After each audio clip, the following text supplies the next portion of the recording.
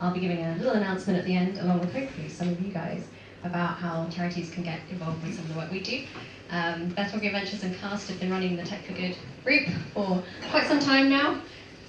We've just given our little surprise, but never mind, we're on to the next slide.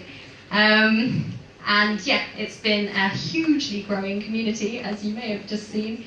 Woo, we're now over 8,000 members, 8,100 I believe, and that's about 2,000 in the last year, which is pretty cool, right? You're a part of an accelerating movement, so congratulations, you're on trend.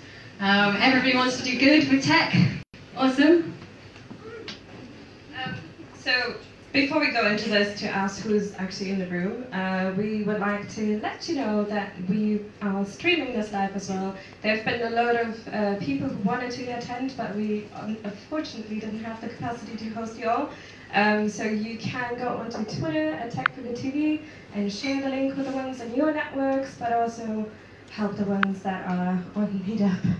Asking to be let in to let them know that there's a live stream going on. And if you are active on Twitter yourselves, please tweet along using the hashtag Tech4Good without a 4. It's poor as in F-O-R, not a 4. There are enough Twitter characters nowadays, so you can actually write it out. So it's all good. I have really strong feelings about this, you guys. As a treat, because we do have Anne May, who came all the way from the US.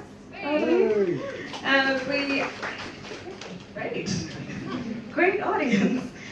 We also have 5 copies of the Lean Impact book that she launched recently to give away. So if you are active on Twitter, again, you might be in to win a copy of Lean Impact. And 4 of the other copies go to random selected members who are hopefully here tonight. Otherwise, we might just give them away to so here's good luck. Just before we go into who's in the room, a great thank you to Zopa for hosting us here. If you don't know who Zopa is, find out now by going to zopa.com. But we can use this space as well to host as many as possible, and to enable us the space for you to network later on as well. Cool. So anyone who has been to a Tech for Good meetup before will recognise this part of the time when we actually ask people to identify if they have come to a meetup before and then who they are, because it really helps not just us understanding who our audience is and who we're making these events for, but also our speakers who can then sort of maybe slightly change the pitch or tenor of what they're talking about. So if I could get first of all a show of hands of who has been to a Tech for Good meetup before. Excellent, okay. I assume the rest of you are all newbies. Well, that's fantastic. Welcome. Hope you come again. Spread the word if you enjoy it. Even if you don't enjoy it, spread the word. And hope all the ones that have come back continue to come for the rest of this year. This is a nice broad topic this time, but our general approach with the meetups is to have quite targeted topics each time. So it could be a particular type of tech that we delve into or a particular social issue. So do keep an eye out onto the meetup group, and if you're all signed up on meetup.com, you'll get the notifications when there's a new event coming up. So that's great. So who here in the room is from a charity? Could I get a show of hands for charities? Okay, not too many of you. Okay, how about startups or entrepreneurs of some kind? Quite a few, awesome. Any government policy people or? Oh, a few of you. You can make friends. How about more sort of corporate, big business? Reticent to admit that would be. It's okay, you're entrepreneurial as well, you're here, you're doing good. And how about funders? Even more reticence, okay. It's okay, you won't get jumped on. I think, is there anybody else? Any just interested punters that you're just not even sure why you're here, but you saw it sounded interesting and you're like, let's give it a go. Okay, there's quite a few of you, great. Well, hopefully this won't disappoint.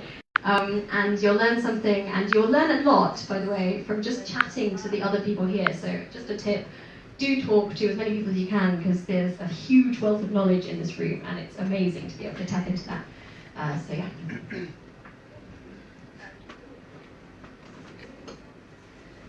Before we jump into the first speaker, we had a few more slides in there, and at a Tech for Good meetup, there is bound to be a technical issue. And this is it, you guys.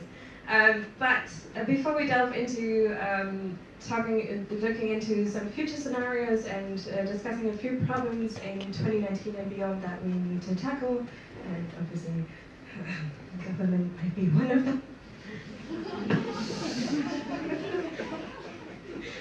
That pun had to come.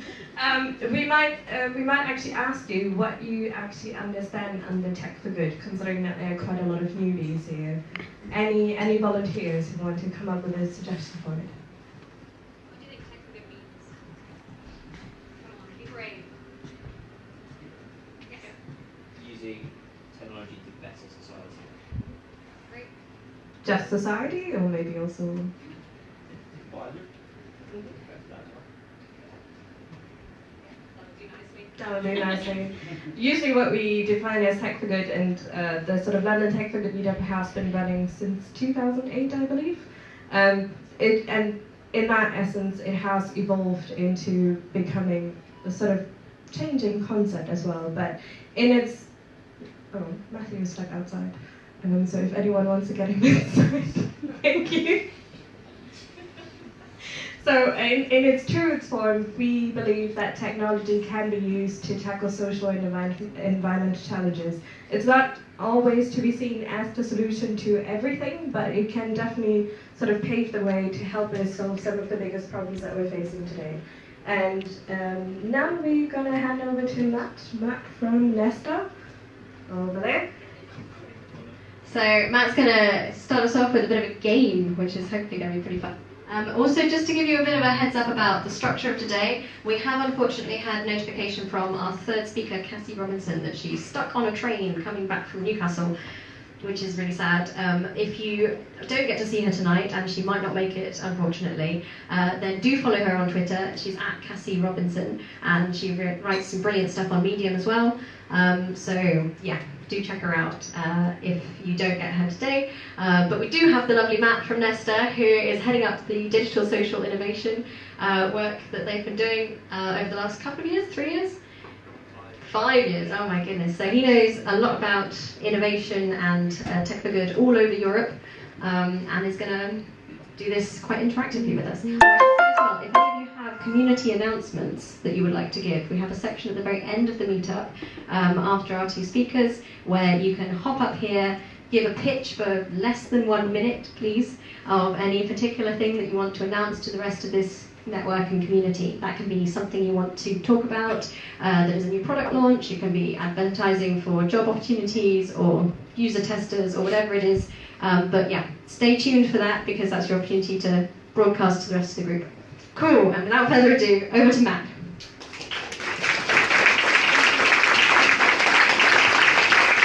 Hi everyone. So I'm Matt, I work at Nesta, which is an innovation foundation. I haven't come over from the US, I'm just down the road in Blackfriars, but very happy to be here, and thank you for having me. So just building upon what either Dharma or Eddie said, I can't remember, there is a wealth of knowledge in this room, and lots of you probably know a lot more than me, so I want to spend a bit of time trying to kind of bring out some of that knowledge and get you talking to each other, but I'm going to talk for just a couple of minutes first. And we want to think about what the future of Tech for Good might look like. Oh, no, that's not me.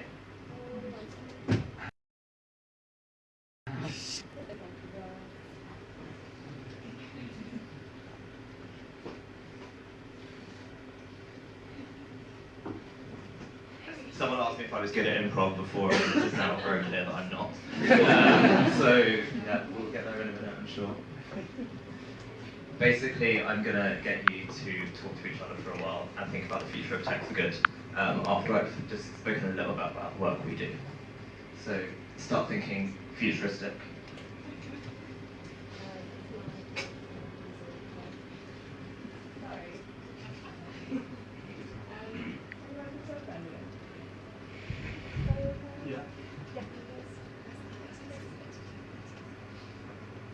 What do people think about the future of Tech for Good?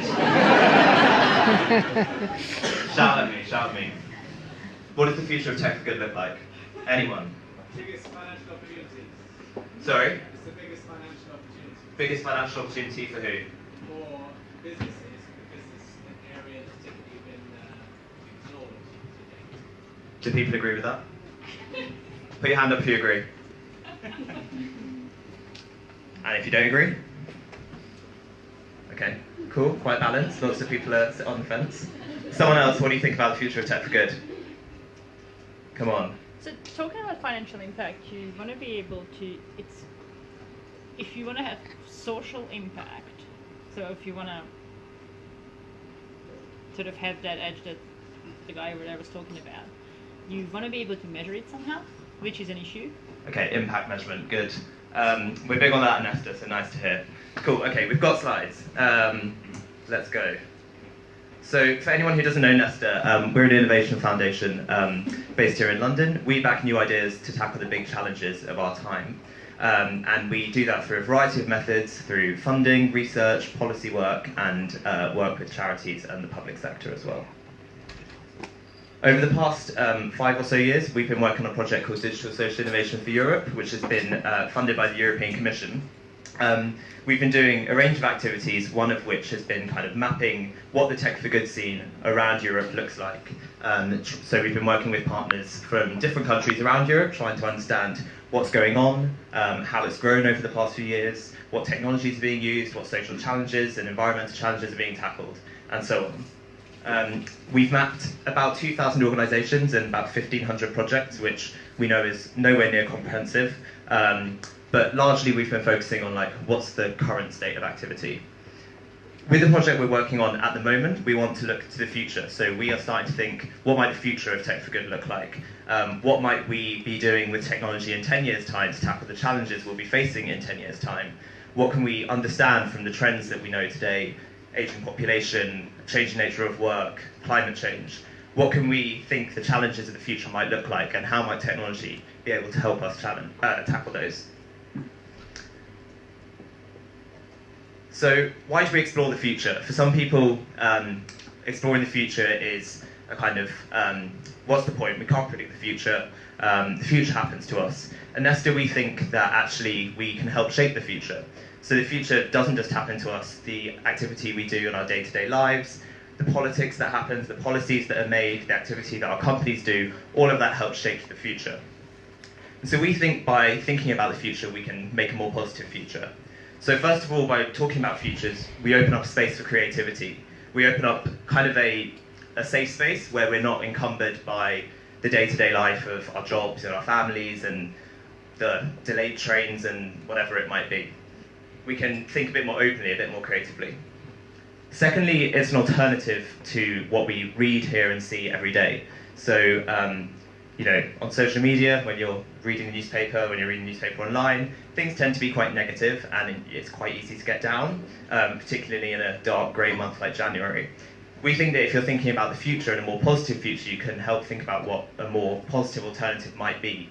And then finally, from there, it allows us to shape that better future and understand, or at least think about what we can do to build a more positive future. So at Nesta, we've been doing futures work for a few years now. We do an annual set of predictions for the year to come. And we've also done work on things like the future of healthcare and the NHS in 2030, and the future of skills and employment. So we think that by kind of involving the public in this, but also involving policymakers, we can help shape a better future by thinking about it and understanding what kind of direction we want to go in. So that's where I'm going to ask you all to get thinking. That's basically all I'm going to say. We're going to play a bit of a game. If you don't enjoy it, then forget I called it a game. It's based on a game created by an outfit called the Situation Lab, who have made an amazing game called The Thing from the Future, which is a card game to help you kind of think about futures, not tech-related, just kind of more broadly. So I want to do this, firstly, to get you in a future-focused frame of mind, so to be thinking maybe outside the box a bit more creatively, away from day-to-day life. And then to also think about the future of societies, the challenges we'll be facing and how tech might help us, and also to meet new people who you're here in the room with today. So what we're going to do is we're going to get into groups and introduce ourselves. Small groups of kind of 4 or 5 people, which should hopefully work on the tables and sofas and chairs and stuff. We're then going to spend a few minutes thinking about the future. So while the research which we're doing at Nesta is kind of looking at a 10-year horizon, as I have found out while doing the research, that's really bloody difficult. And so we're going to stick to kind of a bit of a smaller horizon of kind of 1 to 5 years. And then we're going to spend a bit of time thinking about how we might be able to tackle some of those challenges we're facing and what role technology might play in that. It's a bit of an experiment, so that's why my fingers are crossed. So step 1, I want you to get into groups of 4 to 5. If it's 3 or 6, fine. Try not to be with anyone you know. And then I want you in your little groups to pick a number between 1 and 4. And then what I'd like to do is when you're like in a group, put your hands up, and then when everyone's hands up, we can be quiet, and then we'll move on to the next bit. Cool. Ready-made. Allow me to go into my group and I will still keep you live as much as I can. Thank you so much to everyone who is joining in Say Sweet Bite. Love you to bits. Welcome, prosperous new year to you all. And this is my first live coverage for this year. So in terms of education, this is education, you know, UK Africa Diaspora Forum. We love learning and sharing and educating. And also JNM 1000 loves doing that. So in terms of that, allow me to go into my group, and I'll come back to you shortly. Just welcoming every single person who is here today for that. So the number between 1 and 4 is what we're going to do to give a narrative arc to help you build your possible future. So the idea behind this is that the future can go in many different ways. Things could get better, things get worse, some things will get better, some things will get worse. We might take decisive action on some of the big issues we're facing, we might not. So we've got a set of kind of narrative arcs, we call them, which you need to bear in mind when building this future, which over the next few minutes you're going to be thinking about. So, I haven't actually numbered these, but let's go across. Number 1 is an arc we call Grow. So this is a future where everything and everyone keeps climbing. Population, production, consumption. That might be good, might be bad. So that's, if you're number 1, that's your narrative arc. If you're number 2, it's collapse. Collapse is a kind of future in which life as we know it has fallen or is falling apart. So if you're number 2, collapse. Number 3, discipline. Discipline is the kind of future in which things are carefully managed by concerted coordination, perhaps top-down or perhaps collaboratively. And that's number 3. Finally, number 4, transform. Transform is a kind of future in which a profound historical transition has occurred, whether spiritual or technological in nature. So these are all obviously like quite long term, but give you a little bit of a framing to think about what you'll be talking about over the next few minutes. Do you want me to read them out again, or do people know what they are? 1, grow, everything keeps climbing. 2, collapse, everything collapses. 3, discipline, things are carefully managed, either top down or bottom up. And 4, transform, a kind of future where historical transition has occurred. Carefully indeed. Okay, so step 2. This we're going to spend like 5 or 6 minutes on. Cool. So I'm going to put a few ideas for some kind of big trends and social challenges that I think are important. And you might choose one of those, you might choose something else. I want you to, as a group, decide on a social area. So it might be work, healthcare, mental health, climate change, whatever. And I want you to discuss, just as a group, over the next kind of 1 to 5 years, how might this challenge develop? What challenges might grow bigger? What challenges might we not be thinking about now that in 5 years will be massive?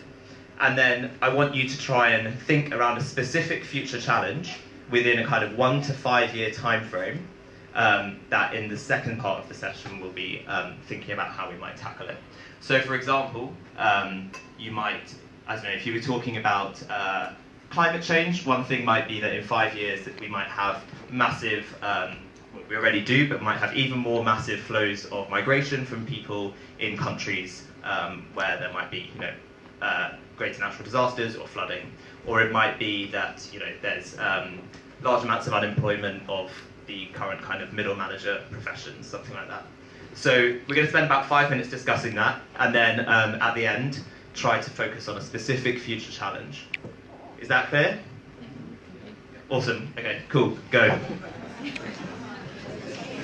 Sorry, these are the future challenge might interest you.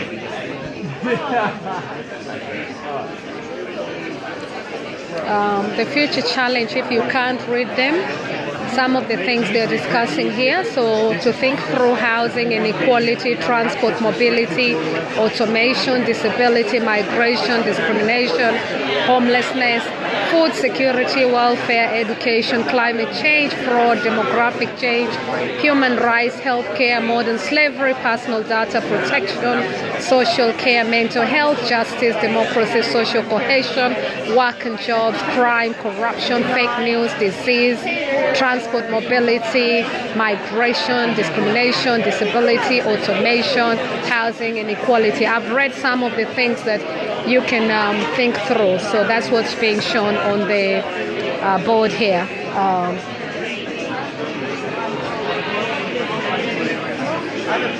Human rights, I forgot that one. And of course, social care and digital social innovation, just to add on your list.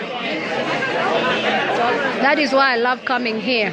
I increase my knowledge, I increase the networks, I increase to hear different people's perspectives. And I join different groups, meetups. So try and find some meetups that you enjoy going into. And let me join my group. I'm going to join the government group here.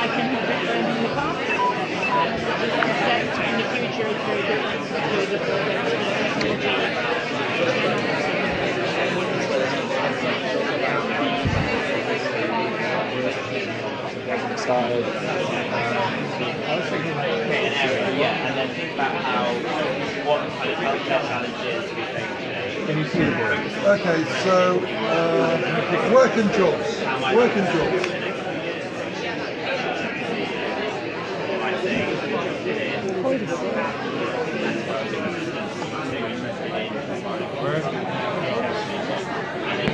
Work and jobs. Sure. In an environment where everything is going. And then you kind of, so the idea of the framework that you kind of think of how the challenge would develop within that frame. So kind of like that, that's probably quite a negative journey, so that would probably be the antibiotics not working. If you take the positive one, it might be where there's really concerted effort to develop new antibiotics, and then some other stuff. Just pay for childcare. The whole thing is completely ridiculous. We should have one of the parents working, the other person doing childcare, and that should be the norm. Well,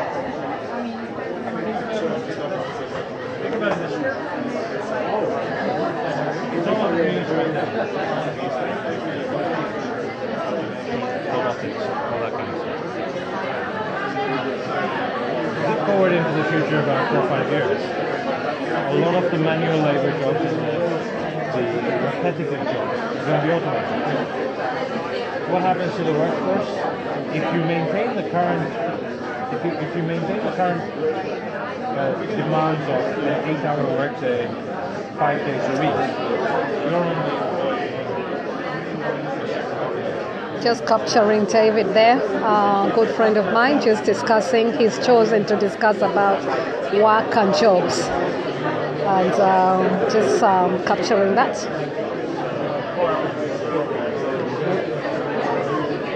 I'm going to try and listen as well, so bear with me, please, everyone. I hope you're enjoying this, and this is about tech, so look it up.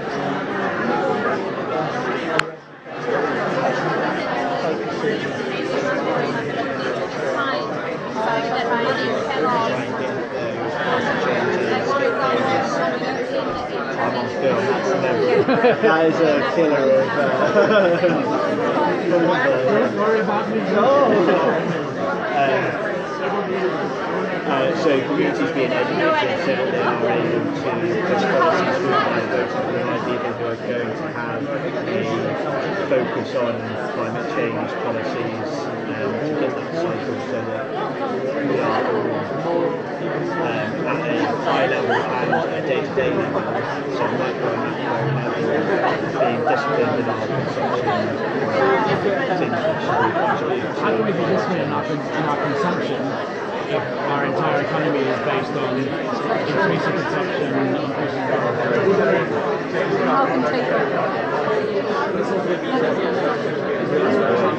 I think that's where transform comes in. Substitution. What did you pick? You don't mind me asking, which one did you pick? I was the collapse. Okay. I was a nice cynic. Okay, I'm going to give you just 1 minute more and then we're going to move on. I know this is really difficult, but just have a chat, see what you come up with.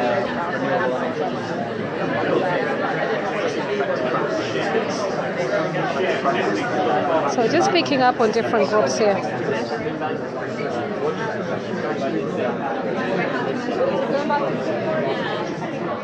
To make a society that's so accurate and consistent, they actually track every step they go.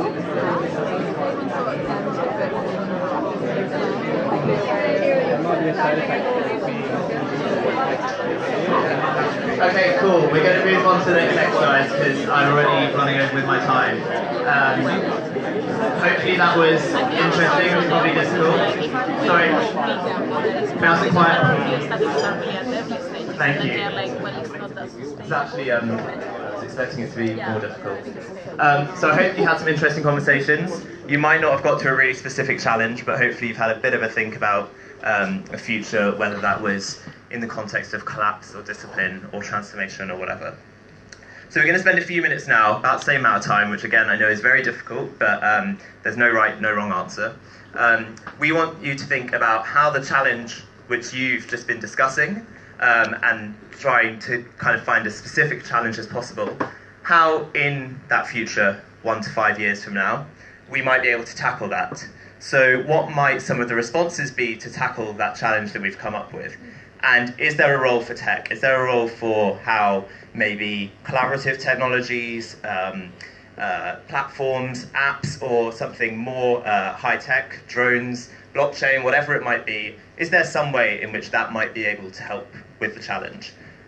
We want you to focus on the challenge and how it can be solved, rather than trying to think of a tech that you're really excited about and how you can apply it to the challenge. So focus on the challenge and think about what you might do to solve it, and then whether a technology would be able to augment that, to make it quicker, cheaper, faster, whatever. We're going to spend a few minutes doing that, and then we're going to... Again, it's quite difficult, but just see what you come up with and enjoy yourselves. Cool, go. And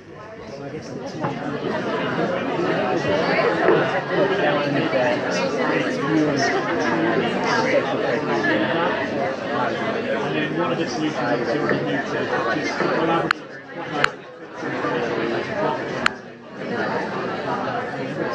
IBM.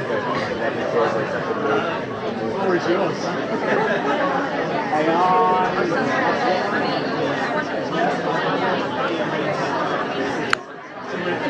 And while I'm actually listening to so many other peoples and group, I'm also trying to bring in your life so you can also share to some of these ideas that are coming up. In this particular next chat is treats. It's different from the other one. So have a look at this one. This one reads Big Data, A1, Quantum Computer, Internet of Things, Disease, Digital Fabrication, GPS/GIS, Platform, P2P, Blockchain, VR, haptic, social networks, biometric, AR, drones, digital ID systems, open data, machine vision, autonomous vehicles, robotic drones, AR, open hardware, voice tech, online education, data store, voice tech, crowdsourcing, algorithms, machine learning, digital fabrication, disease, Internet of Things, and some of them have repeated quantum computing. I'm trying to get closer, but I'm a little bit far at the back, and I hope just by mentioning those e-textiles, autonomous vehicles, some of the things I know, some of them I don't know, but just by mentioning it, I think it would be lovely to look into this. Pastor Lade, thank you so much for joining in. She is the founder of NUS. There's some quite interesting things over here, and I think our community will need to look at some of these things that are coming up. So let's think about it maybe in 10 years. So I repeat here, this next chart is big data, Internet of Things, digital fabrication, GPS platform, blockchain, P2P, VR, social networks, biometric, digital ID systems, open data, machine vision, robotics, autonomous vehicles, e-textiles, open hardware, online education, voice tech, data stores, crowdsourcing, algorithms, quantum computing, AI, disease, Internet of Things, big data, and of course digital fabrication. That's what is on this next chart. I will be I know I'm talking here with you, but what I tend to do is my recording will re-educate me with what he was saying, so I'll watch this later. And thank you to every single person who is joining from Kenya, South Africa, Nigeria, America, and I'm just taking interest with what some of the people who work in government are talking about. We think about 1940. Everyone's supposed to be a new act where who do we trust? Anyone can have an opinion about it.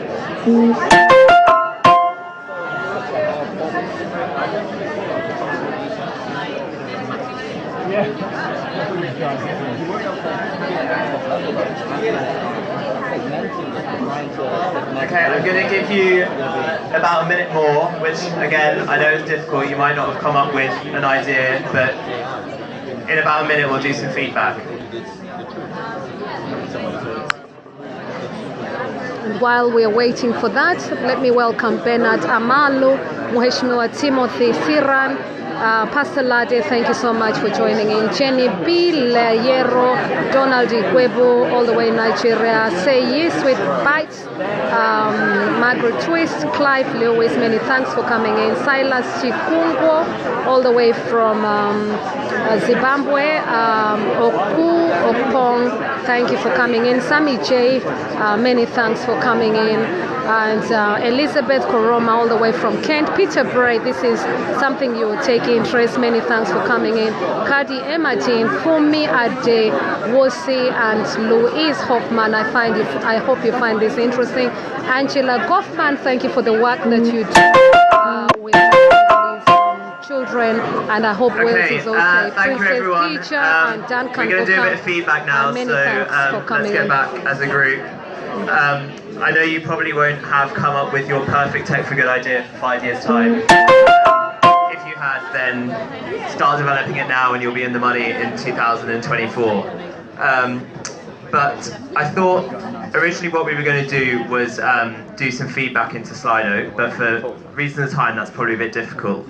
I do want to say though, like, just from our research side, we would love to try and capture some of the ideas that people have come up with and allow you to see what other people have been talking about. So there is a Slido link here at slide.do/3809, and if you do want to spend a minute go into that link and just typing in a very short sentence about something you've taken away from this conversation, an idea you've had, how it's made you feel, what you found difficult, what you found interesting, the ideas, like anything would just be really, really useful. And that will be open over the rest of the evening, and I think afterwards as well. So any time you can just put something in.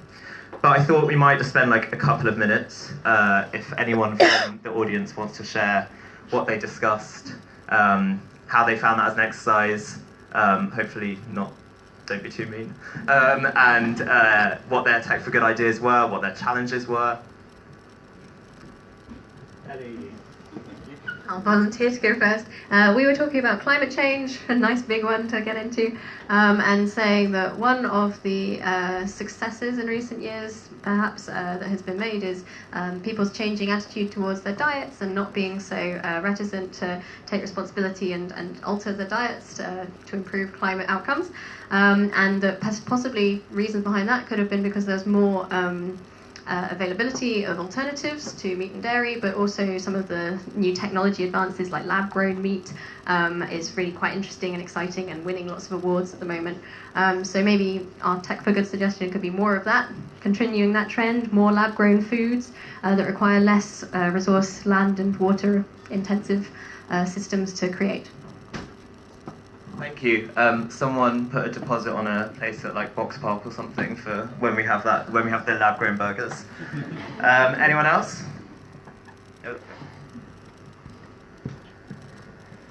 We had discipline as step 1, and then fake news we chose as step 2. And we started to worry about the fact that obviously fake news could grow a whole load bigger, and it's going to be really difficult to, 1, rule out fake news, but also create trust in the true news. So in terms of tech solutions to that, we talked about perhaps blockchain solutions. Like one of the things about the Discipline Society was perhaps there might be more collaboration. Obviously that's a collaborative solution to perhaps validating those two problems. Then we started talking about maybe AI, like pattern recognition of what was fake news and what wasn't, but then it became a bit of a cat and mouse game because AI bots would be writing the fake news, AI bots would be trying to identify it, and it'd be cat and mouse. And then we thought, actually, maybe it'd be super low-tech. Suddenly we'd end up with like only validating news that came from face-to-face with the person we trusted, etc., and it would go back to the Stone Ages. So we came full circle, basically. But it was good fun. Great. Can we do have time for a couple more? Yeah, cool.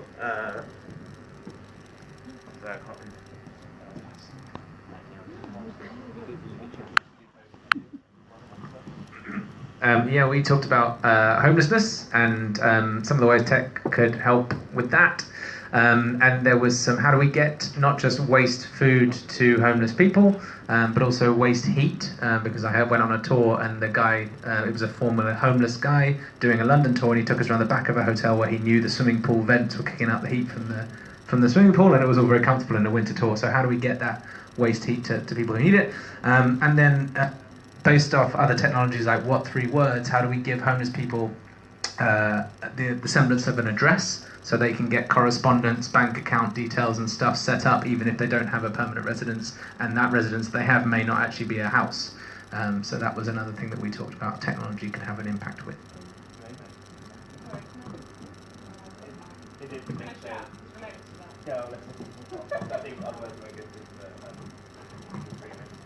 Sorry, I just wanted to say in terms of giving homeless people an address, a friend of mine is working on a project called Proxy Address that releases unused addresses for homeless people to use them basically. So, for example, there's a lot of streets in the UK that don't have a number 13 for obvious reasons, or unobvious, depending on how you think. So yeah, releasing these basically so homeless people can have a PO and an address. So check it out, it's by a guy called Chris Hildry, it's called Proxy Address. What 3 words? So we talked about unemployment, which is maybe not the most wacky topic, but important nonetheless. So to give some context, we had discipline. So we're thinking in an environment where companies are completely happy with automating away as many jobs as possible, maybe we'd see like huge amounts of unemployment, and how could we sort of protect against that?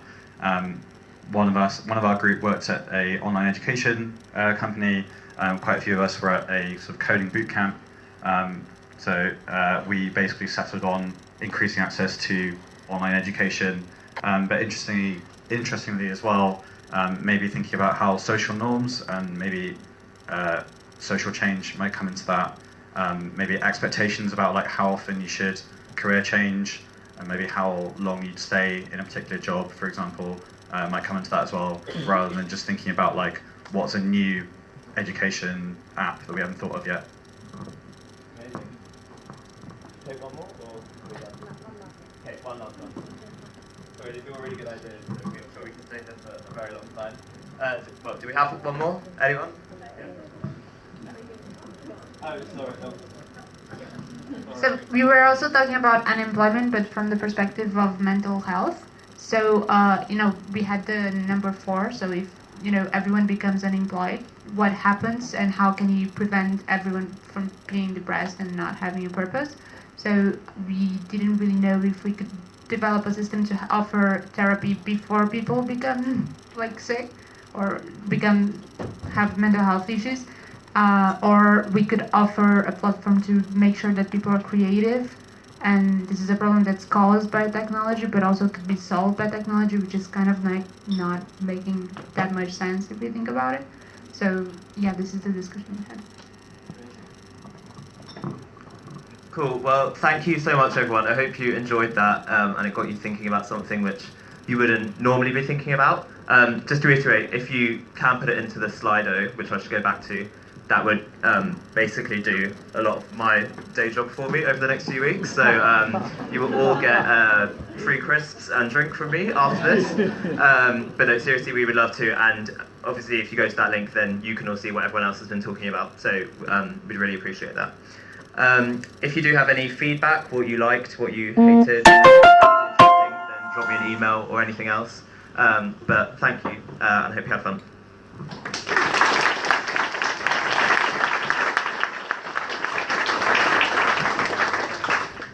Thanks so much for this. Maybe don't send him any hate email. If you do have any particular feedback for him, please do let him know and help him flourish in his day job with giving feedback on Slido. We'll share the links with the sort of community announcements, which goes out to the entire meetup group as well afterwards, so stay tuned for those links as well. And the sort of proxy address cheeky announcement earlier, that is exactly the type of community announcement that we'd like to hear at the end of the talk. So if you have something that you want to share with this particular meetup community, because we're so many here, which is really great, please do step forward afterwards. We'd really love to hear what you guys want to share as well. But for now, our next speaker is Ann-Mei Chang. Woo! And as you might know, she has released her book Lean Impact, and is on a mission to tell people how to radically innovate for the greater good and relentlessly go after greater impact for more people and society, planet, people and planet. So without further ado, Ann-Mei.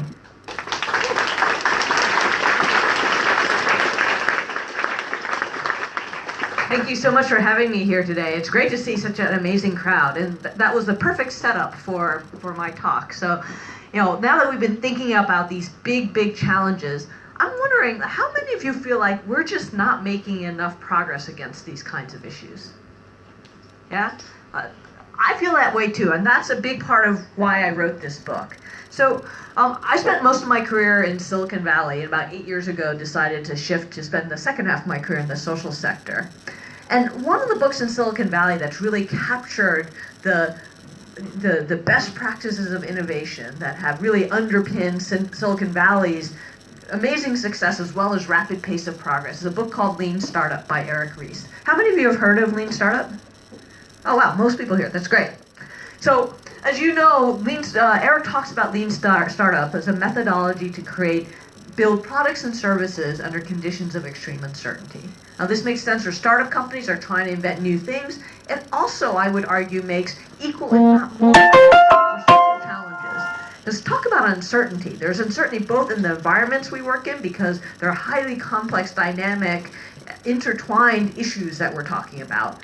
Also, there's a huge uncertainty in terms of the solutions. Most of these challenges, we don't have solutions that work or that work well enough.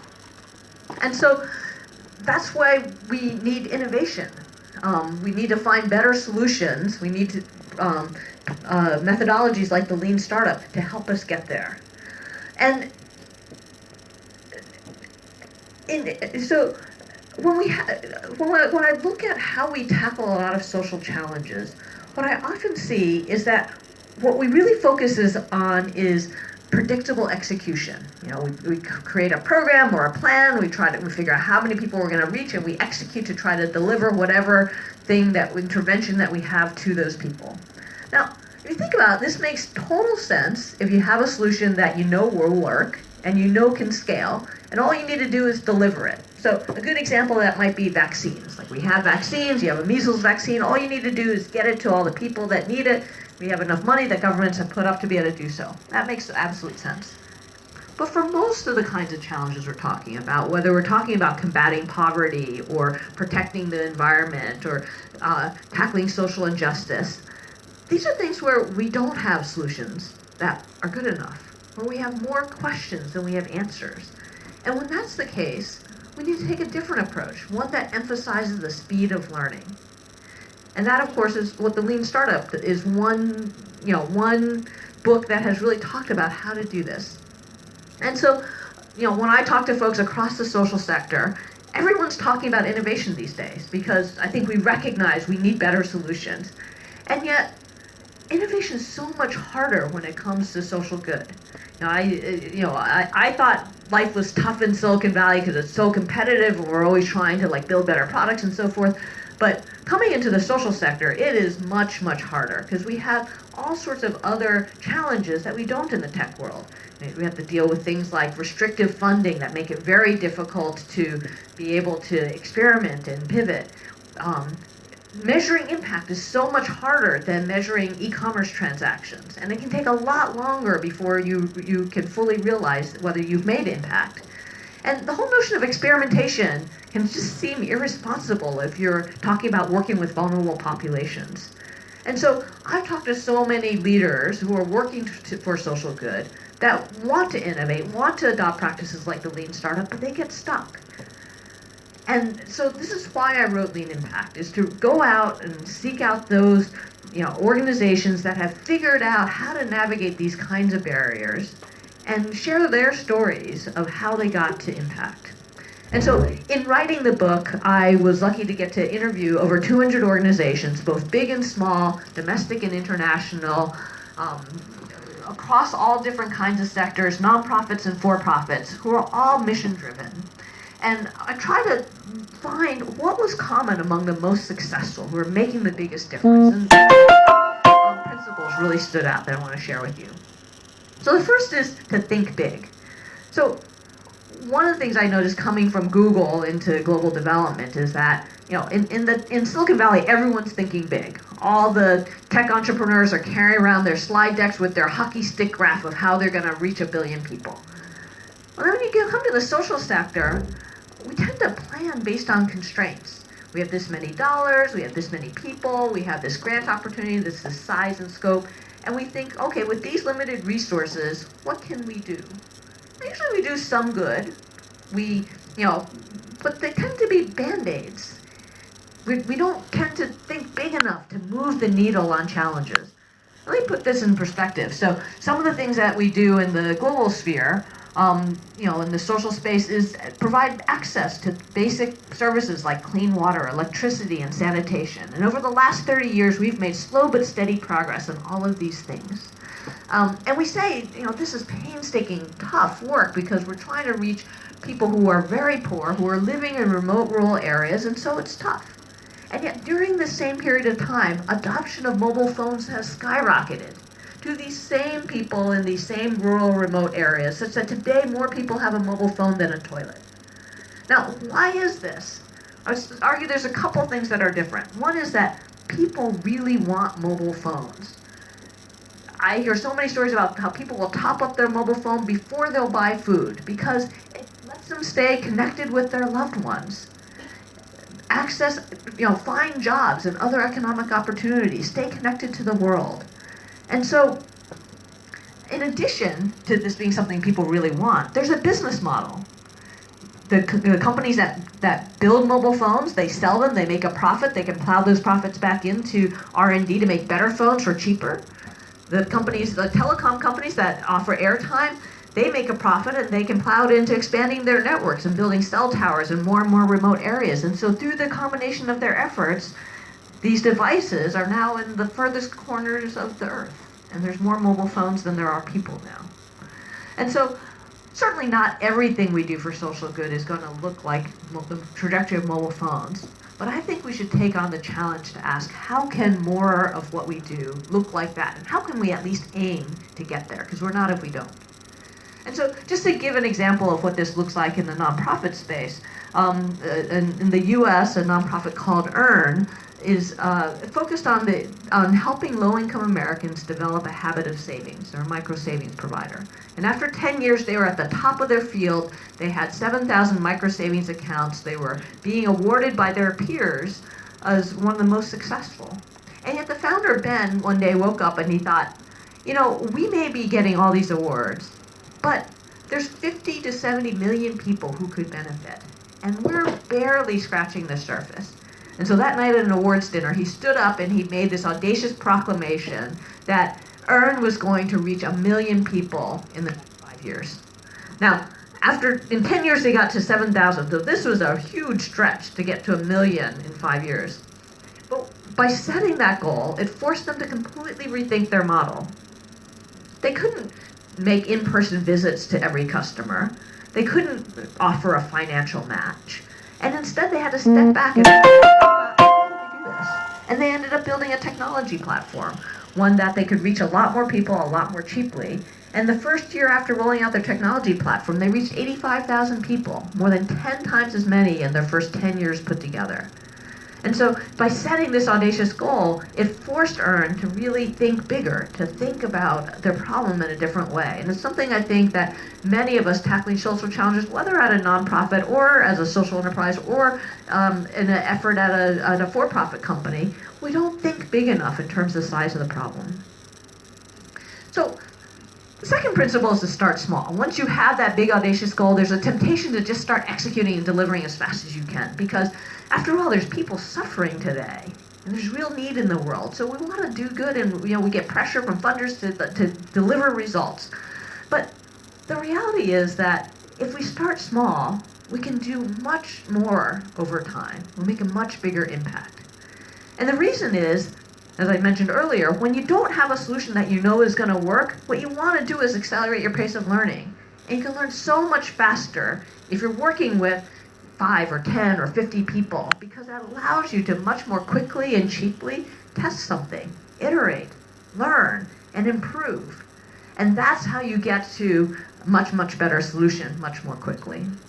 So in the Lean Startup, Eric talks about the build, measure, learn feedback loop. Right? This is essentially an entrepreneurial version of the scientific method. You have a potential solution, you build a prototype to test to an experiment, something he calls an MVP, or minimum viable product, so you can test your hypothesis. Is it going to work or not?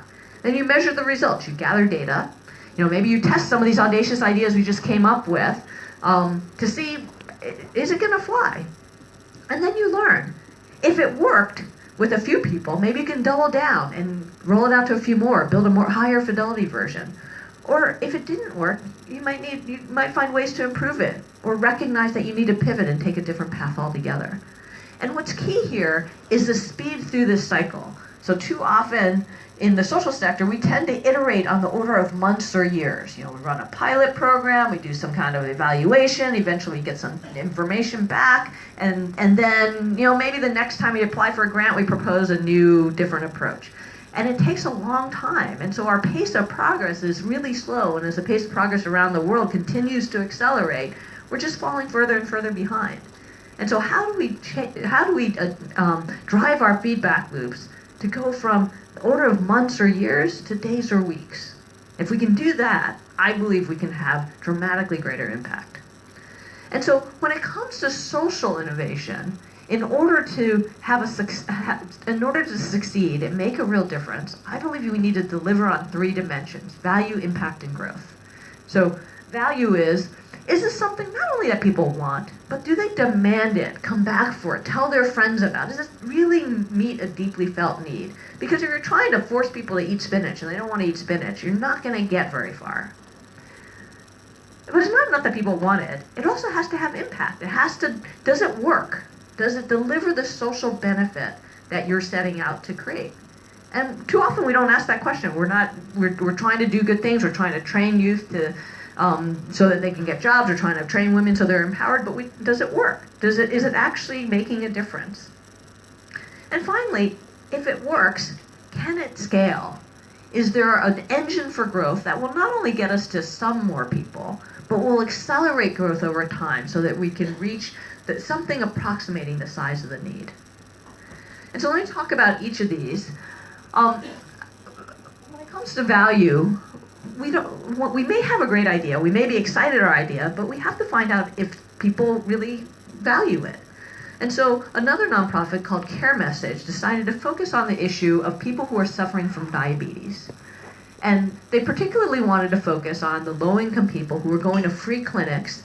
In the US, our healthcare isn't free normally, so that may not quite be the same here. So they focused on people who were going to free clinics because their outcomes were much, much worse.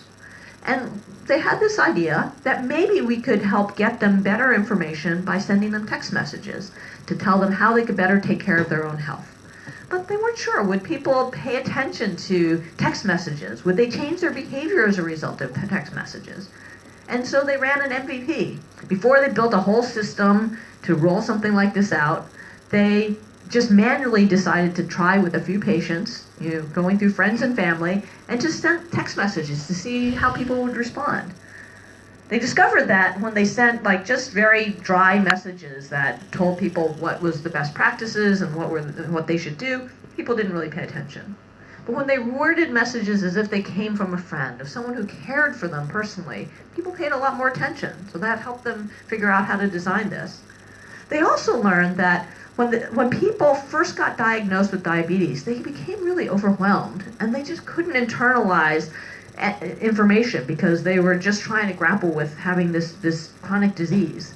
And so it helped them learn that they needed to space out their messages, to give people time to really adjust to this new reality. And so these kinds of learnings, lots of experiments like this, helped them really figure out how to build a product that was compelling to their users, that people would pay attention to before they invested in building out an automated system. Now, impact is one of the things that can be really hard to measure, as I mentioned earlier. Because impact can be hard to measure, and it can take a long time to realize. One of the places where that's true is education. You can imagine it takes a long time to see whether if you change educational techniques, whether it makes a difference.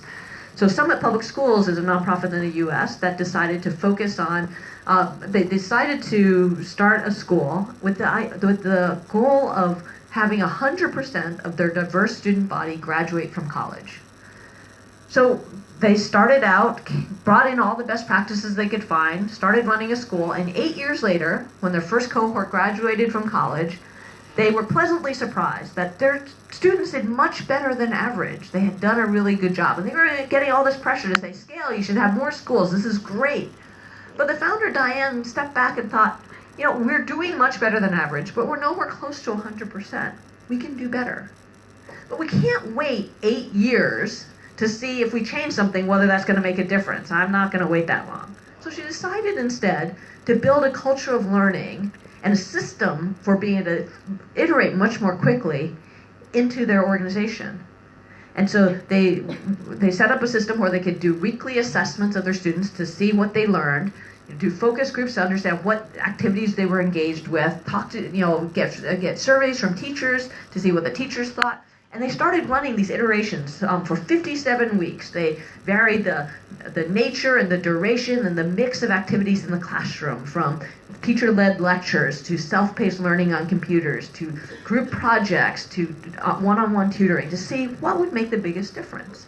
And through these 57 weeks, they developed this revolutionary approach to personalized learning that's now been adopted by over 300 public schools across the US.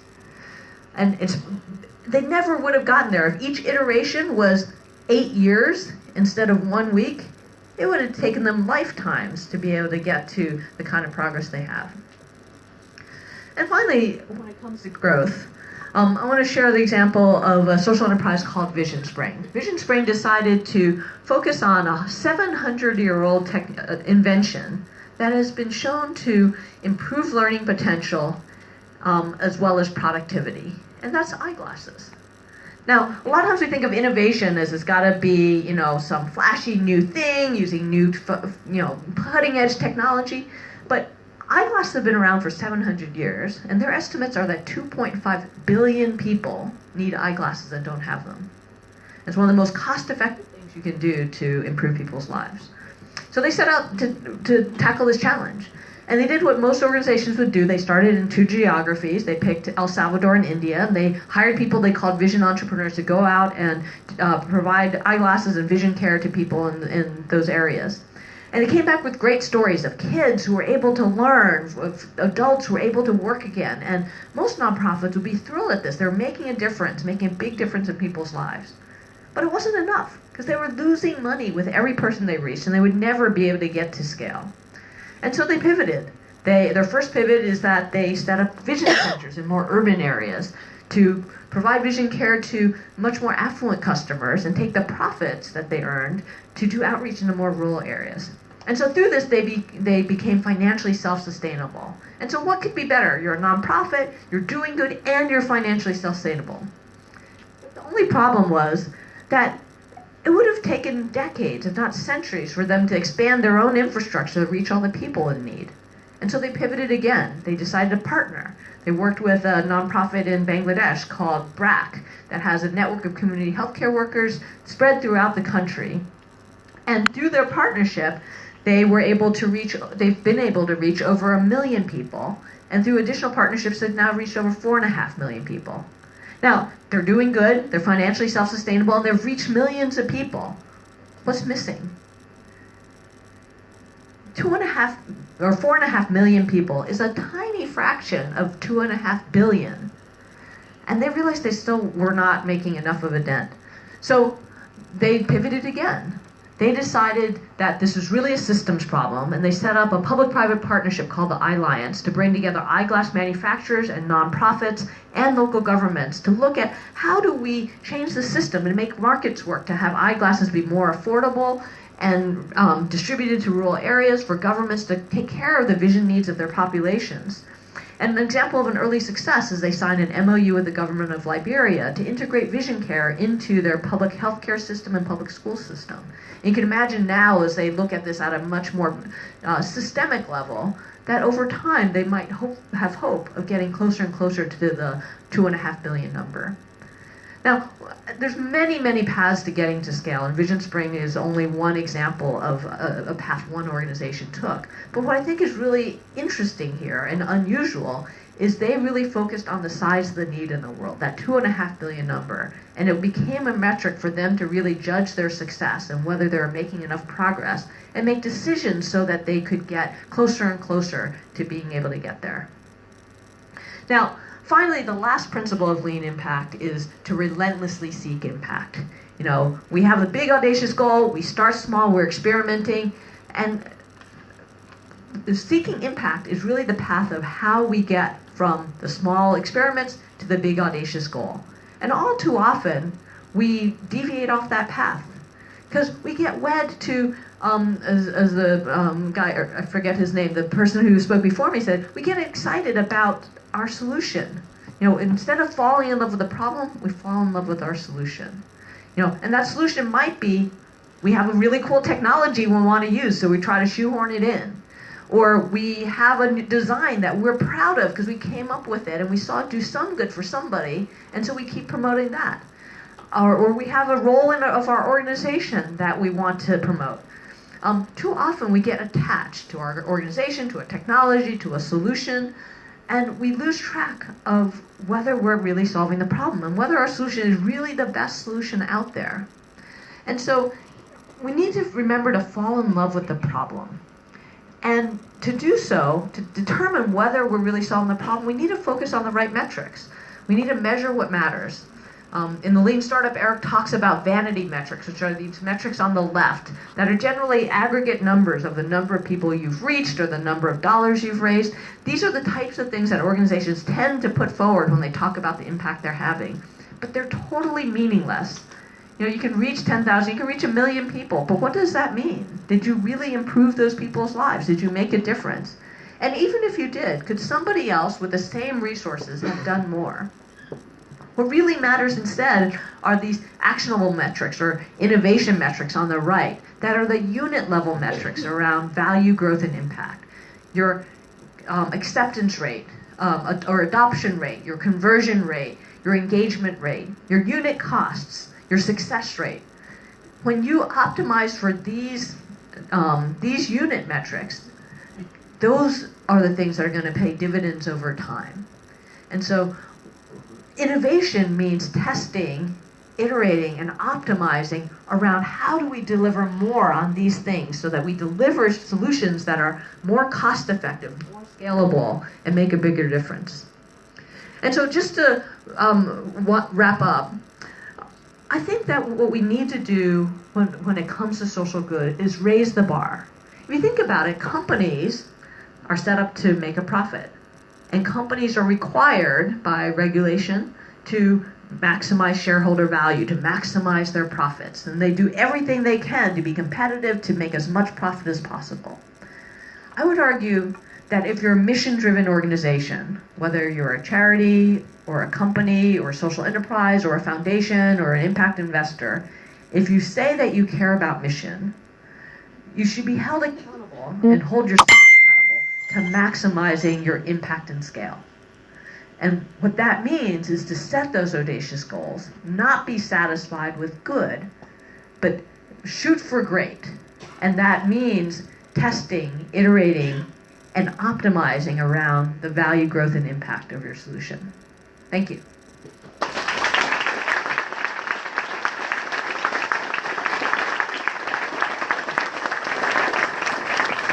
So I'm happy to answer any questions. Raise your hand if you have a question, the mic will come to you.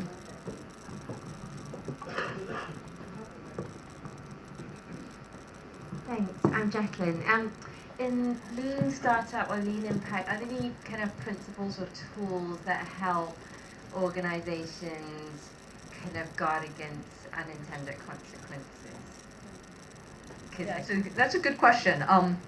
Unintended consequences are a real risk in the social sector. You know, when we're experimenting with vulnerable people, the first principle should be to do no harm, right?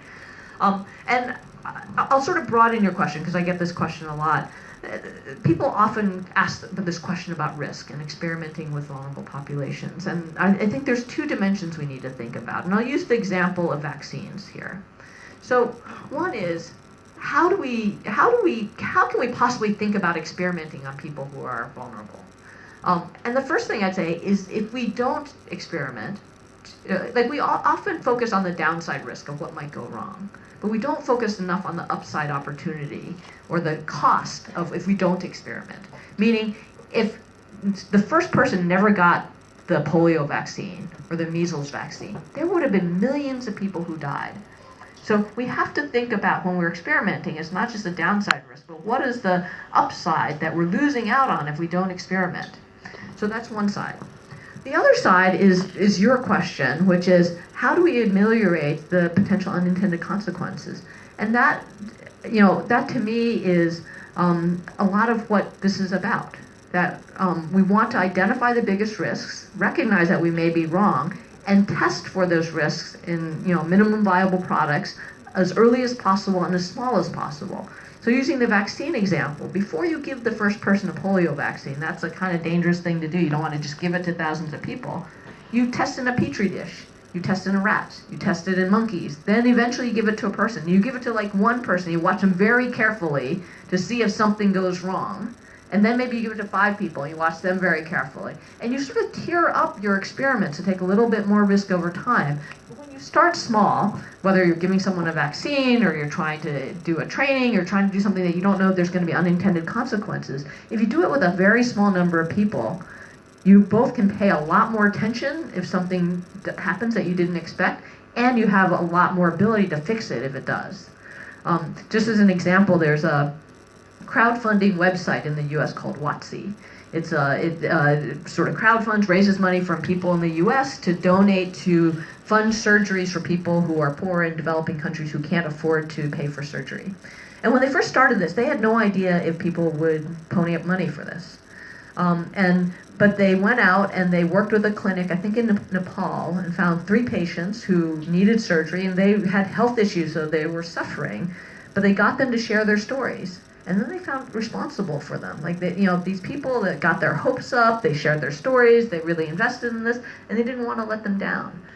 And so they put up their stories and they put it up on the crowdfunding website, but the founders themselves set aside the money to be able to pay for the surgery. So even if nobody actually, was willing to donate money, they were still going to cover these people. They couldn't have done that if they put up 1,000 of them because they didn't have the money for that. But it's just sort of a simple example of when you start small, then you have the ability both to make sure that you're taking care of the people that you're working on. Other questions? I might sneak in one. Yeah. I mean, one of the key questions that you get, regardless of what type of organization someone belongs to, is how to create a bit of budget where you have the sort of scope to experiment and the scope to fail. And especially when it comes to the sort of charity sector, traditionally that there is not enough. There is no dedicated budget to it. You're quite lucky when you get a comms budget to actually talk about the project that you're doing. Have you come across any examples of organizations who've done it well, where there is a bit of iteration throughout the process, even before they scale up their processes? And if have you come across any funders who might actually fund those sort of initiatives as well? It's a great question, and I think funding is the biggest challenge or the biggest barrier to taking a lean impact approach. I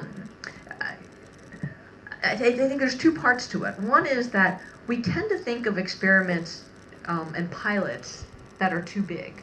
So one of the reasons that I think charities don't run pilots or do experiments as much as they should is that when they think about taking something on, they think about, okay, it's going to be like a year-long process. And so then it's a lot of money, it's a lot of effort. Not that it's going to be a day or an hour. So one is like, let's shrink down the size of the experiment to be as small as possible so it's not so daunting to fund. Because it's really about, hey, we're going to create this training. Let's take some flyers that describe the training in 2 different ways, distribute it among people who are our target audience, and see which one's more appealing to them. That doesn't take a lot of time or a lot of money. So, and then we can then we'll learn something and we'll know how to target the training better before we spend hours and lots more money designing a training.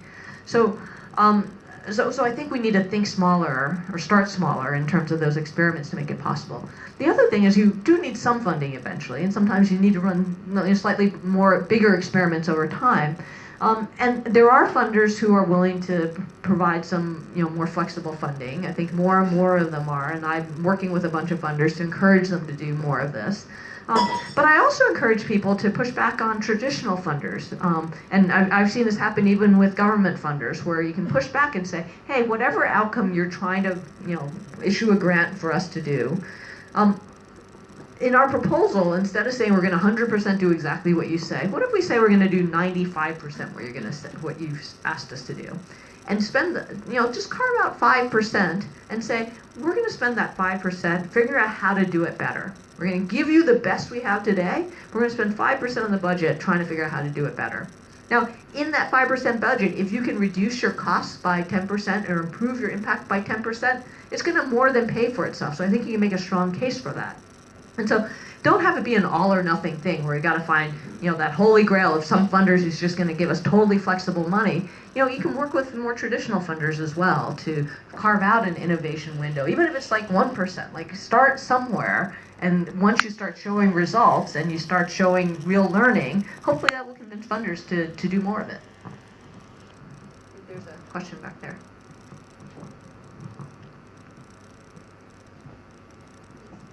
Yeah, it follows on nicely actually, because there's Nesta, who were up before. The guy's still in the room. There he is. I went for funding, and they won't fund unless you have a very clear social impact that you're tracking and can show measurable change over time, which is great. Go Nesta. Except for the fact that we are a software platform for social care, and we make software to help with the care agencies deliver better care, but the impact that we haven't been able to measure quite yet is what is the quality of care? How do you measure the quality of care? Because it's very subjective. So have you come across other companies where they have an audacious thing that they want to have an impact on, but it's very difficult to measure? Yeah, there's a lot of things in the social sector that are just hard to measure, like organizations I work with who are trying to improve democracy, for example, is another hard thing to measure. And one of the things I would say is that every every social sector organization I know has a theory of change for whatever they do. The idea of I do A and it's going to lead to B, it's going to lead to C, and it's going to lead to D, and it's eventually going to show impact. And part of what Lean Impact is testing your theory of change. You may not be able to connect it all the way to the final impact, but if you can show that the first few steps are happening, and some of the precursors of impact are happening, and that you're optimizing to increase the likelihood that impact will happen, that's a first step. And by optimizing those things, by the time you get to the long-term impact, you're more likely to succeed. And I think we too often let perfect be the enemy of the good. Like, we want to measure things, beyond a shadow of the doubt that, we have rigorous evidence that something works. And that's important if you're doing an academic study or if you're trying to prove something in a court of law, maybe. But when we're trying to learn, the threshold should be a little lower than that. What we want to know is, like, are we on the right track? Is this working?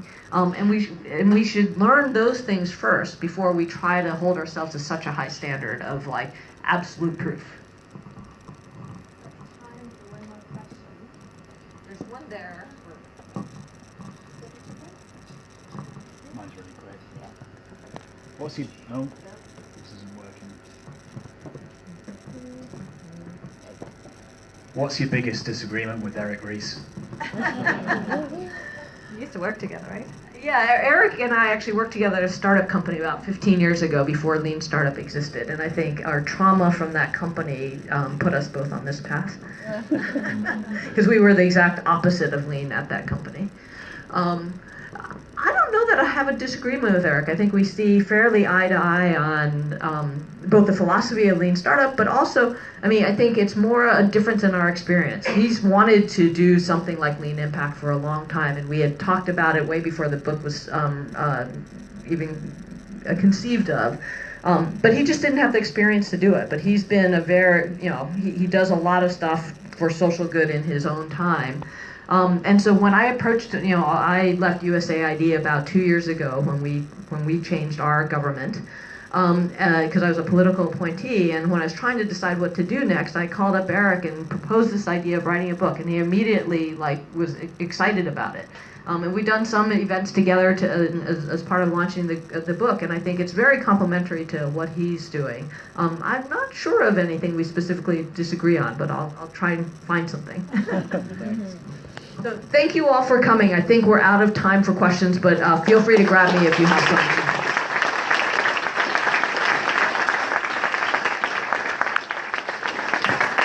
Thank you so much, Anne, and hope you all got something out of that. I know I did. We have some brilliant food for thought there, some great case studies to chew on, some good bits to ponder for the next year ahead. So sadly Cassie still hasn't arrived, so we won't be able to have her tonight, but for some good nuanced thinking on this topic and many others as well, do check out her blog. And now we'll move on to the community announcement section, which as we have advertised, we are going to give everybody a chance to stand up, say under 1 minute please, of something they want to promote to this fantastic community. Do also mention who you are and how people can get in touch with you, because this is something that we very much need when we write everything up and share it with everybody who's not here tonight. And even for the people that are here tonight, they need to know how you can actually get in contact with you. Cool, so should we get everybody up to the front that wants to say something, and then we can just pass the mic along? Yep. This might be chaos, but come up. Well, the more the merrier. While everyone is gathering, we might just make some cheeky announcements of ourselves. So,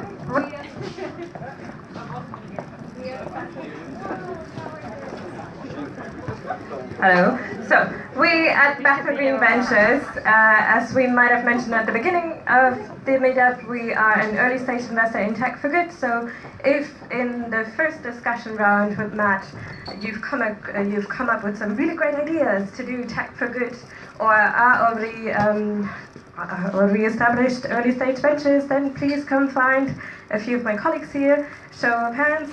Who is from BGV? Yeah, over there, and over there, and myself. And we are at the moment looking for ventures and really talented teams who are using technology to tackle social and environmental challenges, and have our 14th accelerator program open right now. So do check out our website. It's bethelgreenventures.com/apply. And if you know someone who might want some investment and lifelong support, because we're in it for the long run, please do let us know, chat to us, and visit our website. And there's another one from Cast. You totally violated the under 1 minute rule. Okay, Cast is holding a series of free Design Hop workshops. If you are a charity or non-profit that is interested in all of the stuff that's been talked about today and wants to know how you can actually use tech in your service delivery to enhance your impact, then come along and get a whistle-stop tour of all the things you need to know, including some of the stuff we just saw, but in more sort of detail and about how it can apply directly to your projects that you're working on.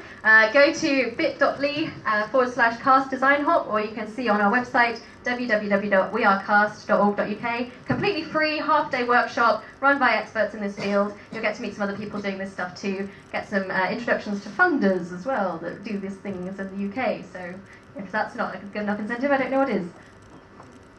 I have a mic. I'm going to move over so that we can all fit.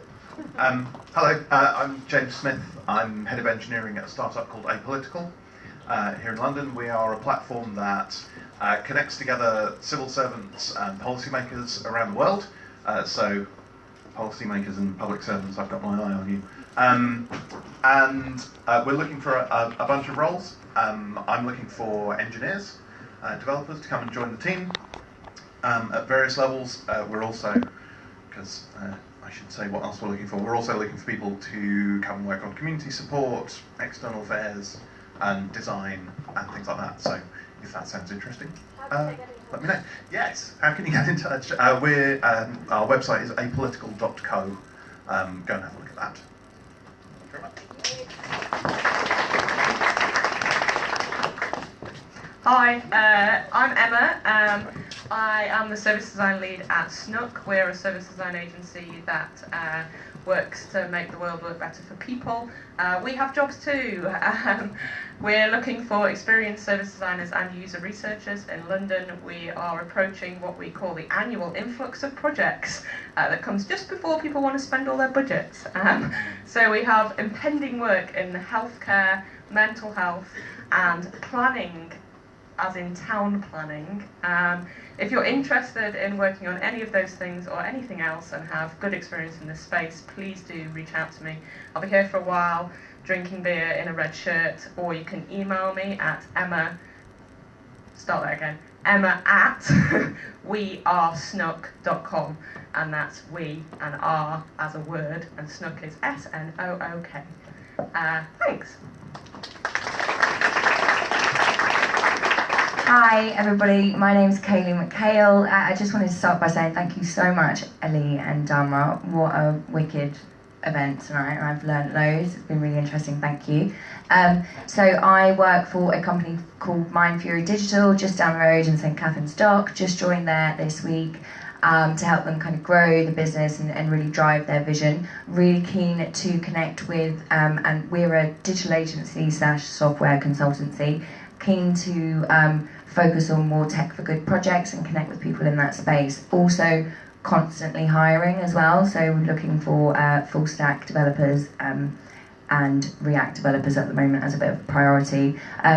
And next thing is that I host U Equal Tech. I founded U Equal Tech, which I know, Dharma, I know you're speaking with Dania at the moment about, yeah. So next week we've got an event at Monzo on the 24th of January from 6:30. Look us up, U Equal Tech. Would be great to see some of you there. P.S. Monzo do addresses for people who, or set up bank accounts for people who've got no address, homeless community as well. So thank you. Hello, I'm Joe from Schoolspace. I'm the CTO at Schoolspace. We also have jobs, mainly looking for full stack JavaScript developers, if there's any in the room. We're also hiring for other stuff like designers and customer service people, salespeople. What we do is we work with schools to generate them money from their spaces. So we rent out their halls, their gyms, their football pitches in the evenings and weekends. Basically, we make quite a lot of money for schools, and it's kind of just dead space, and we rent it out to community spaces and religious groups and other people that need or want to use that space. So yeah, my name is Joe. It's tech@school-space.org. I'll be around afterwards as well. And the final ask is if anyone knows anyone that works for schools, or if you work for a school yourself and you need to make some more money, then please get in touch with us and we can work with you. It's really easy, we manage everything and you'll make more money. So please get in touch. Hello, I'm Bailey. So if everyone in the room is representative of the kind of general UK population, then 1 in 5 of us here will currently be experiencing poor mental health due to money worries. So that's 1 in 5. And I've worked in fintech for the last 8 years, and I can tell you that of the fintech apps on the market, I really don't think there's a money management app designed for those people. So I'm currently in the process of founding such an app. It's called Toucan. It's very exciting. I'm fully funded, which is also very exciting, by a grant. And I'm working directly with the Money and Mental Health Policy Institute, which is a lovely charity who do great research. I'm looking for collaborators and co-founders. My background is in product design, marketing, so I'm looking for people to come on board as tech co-founder or in operations and finance and risk. I would love to speak to as many people as possible who care about this. You can find me on Twitter. I'm at Bailey Talks, Bailey Talks, and I'm also my website usetoucan.com. Thank you very much. Toucan like the bird, so yeah, you'll find it. Bailey Talks. So it's much more important to find me on Twitter. Thank you very much. Hi everyone, my name is Charlotte. I'm part of Zinc, the incubator trying to solve the toughest social issues in developed countries. My co-founder and I are working on Twitch for Learning, because as what we're doing today, getting together to learn something, right? But not everyone can afford to do that. So we want to make it easy for people to learn from each other. And currently, we're looking for testers as well as a full stack developer. And you can find me at Charlotte at zinc-mission2.com. Thank you. Hi, my name is Rodrigo. Yes, I'm Mexican. You got the accent a little bit. Could you please raise your hand if you have heard of Eventbrite or Ticketmaster, or used it for any of your events? Well, basically, we are an alternative to Eventbrite or Ticketmaster, a ticketing software. But proudly, I can say we are the first and only ethical ticketing platform in the UK. In Europe, there's only one in Australia. But ethical, I know, big topic. What is ethical? Well, the ticketing industry is disgusting, as you can imagine. Frauds, counterfeits, touts, everything. So we're just trying to do it the right way. You saw how many people were trying to look for tickets last minute, how many people, they were ill, something apparently is a flu tonight. And, you know, so it shouldn't be like that. There should be flexibility and all this stuff. And on top of that, we donate 50% of our booking fees to social projects all around the world. We're talking about from poverty to mental health to human rights. And so imagine one event, 5,000 people, 5,000 donations coming from our profits. Anyway. What's the name of the platform? It's ticketpass.co. I'm the founder and CEO. So hell of a journey. But so if you know anyone that organizes events, or if you organize an event, it doesn't cost you anything as an organizer. Just consider it, just have a look, ticketpass.co. And if you know any charity, instead of donating it to an external project, we have over 4,000 projects, you can nominate yourself, so you can actually get paid to host your event on top of being free. So ticketpass.co. Thank you.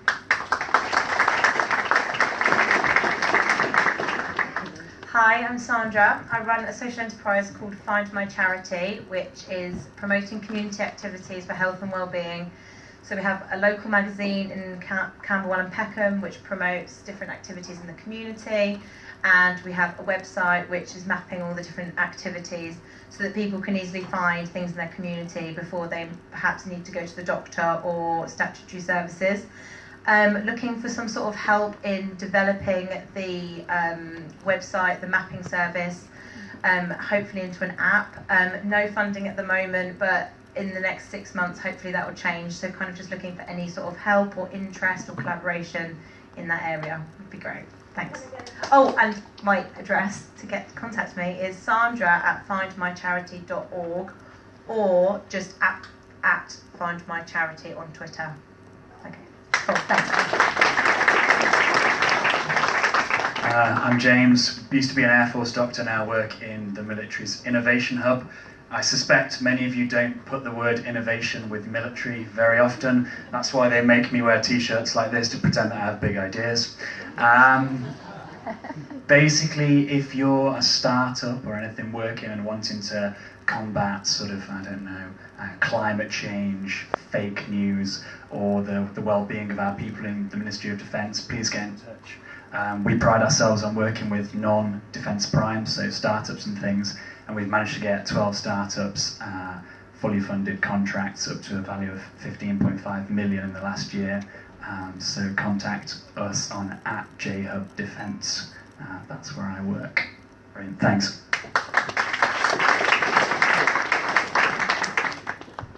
Hi everyone, and thank you to Anne-May and Matt for such great presentations.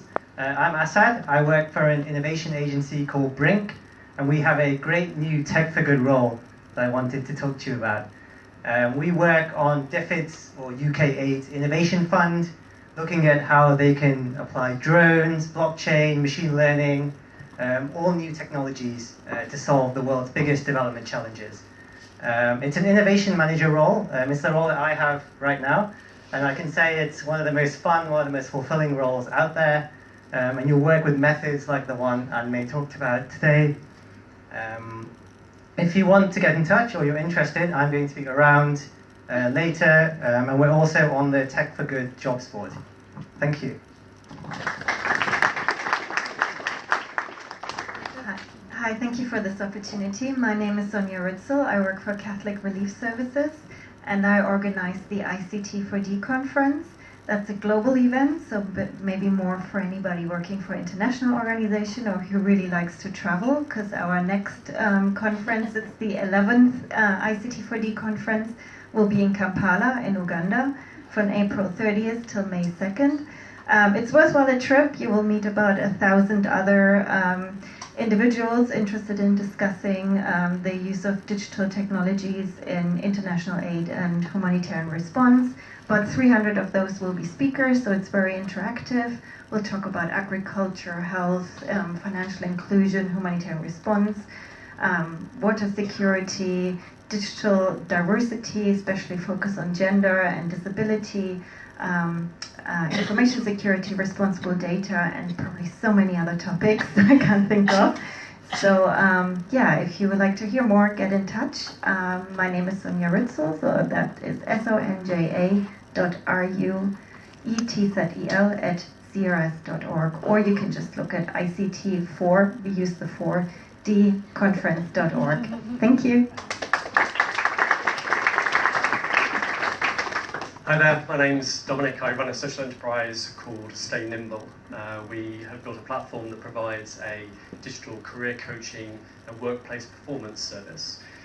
We help, at the moment, 250 people around the UK to understand their strengths and help match them to new types of work that are growing in their local communities by ingesting jobs data. But as Anne-May said, our ambition is to support millions of people to do exactly this as we enter the fourth industrial revolution.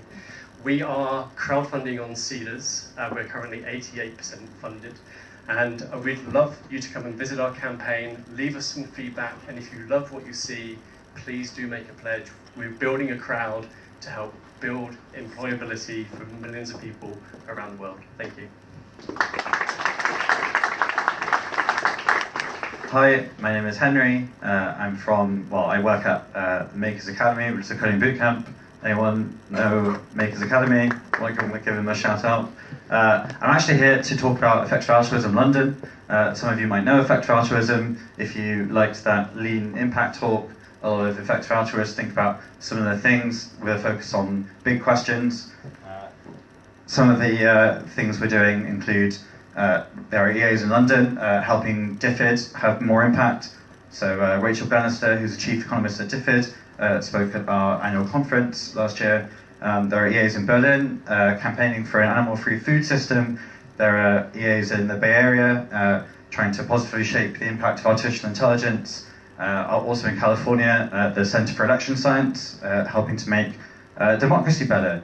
So why am I talking about all this? Well, I want to promote another meetup, not because I think that it's better than this meetup or anything like that. Just an option that you should be aware of. We're Effective Altruism London. We have a meetup on the, I think, 3rd Tuesday of every month at a great pub near Angel called the Blacksmith and Toffee Maker. So Google Effective Altruism London if you're interested, or come and have a chat to me afterwards. There's also a new meetup we're trying called Doing Good with Tech, which at the moment it's a lot of software developers. So if there are any of you working in tech but are not software developers, you'd be super welcome at the Doing Good with Tech meetup as well. That I think is going to be every month as well, but on the first Thursday of every month. Yeah, thanks. Last week and it was fun. Woo! All right. Thanks.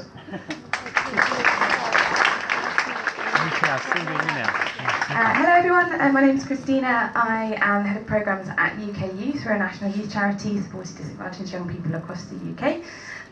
Wouldn't it be amazing if young people were part of this conversation and could be part of co-creating what Tech for Good looks like for the world that we're ultimately going to leave for them?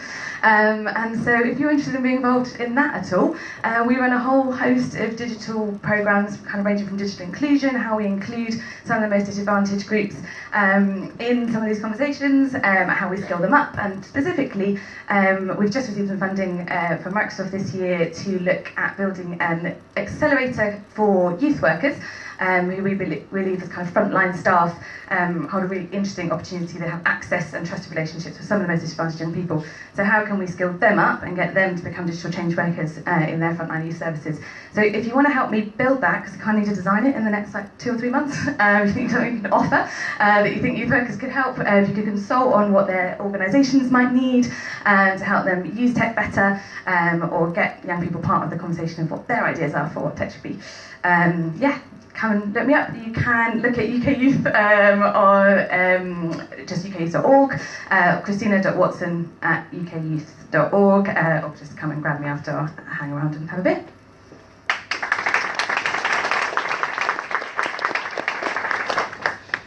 So I'm Dimitri from Open Collective. Anne-May was saying earlier today that we need to have big ideas and to start small. But to start small, we need some support.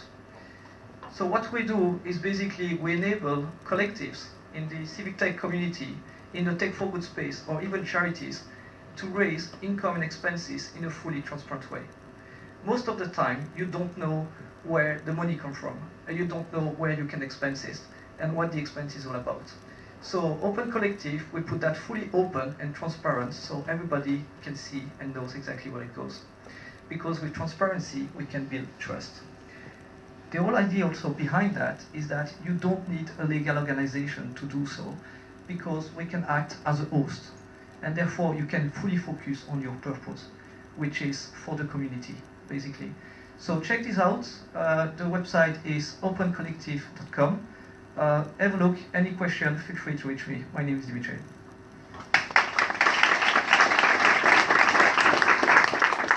Hi. So for many of you that don't work in charity or in the sort of third sector, it's not easy. It's not easy at all. It's challenging, but it's really rewarding. So if you'd like to you'd be happy to get a pay cut or something like that, and you happen to be a backend dev at the minute or a analyst, data analyst. We have openings at Shelter. I'm Matteo, and I'm a service designer there. We are scaling up the sort of digital team as well, and we really need people that are passionate enough and cannot, just want that pay cut really.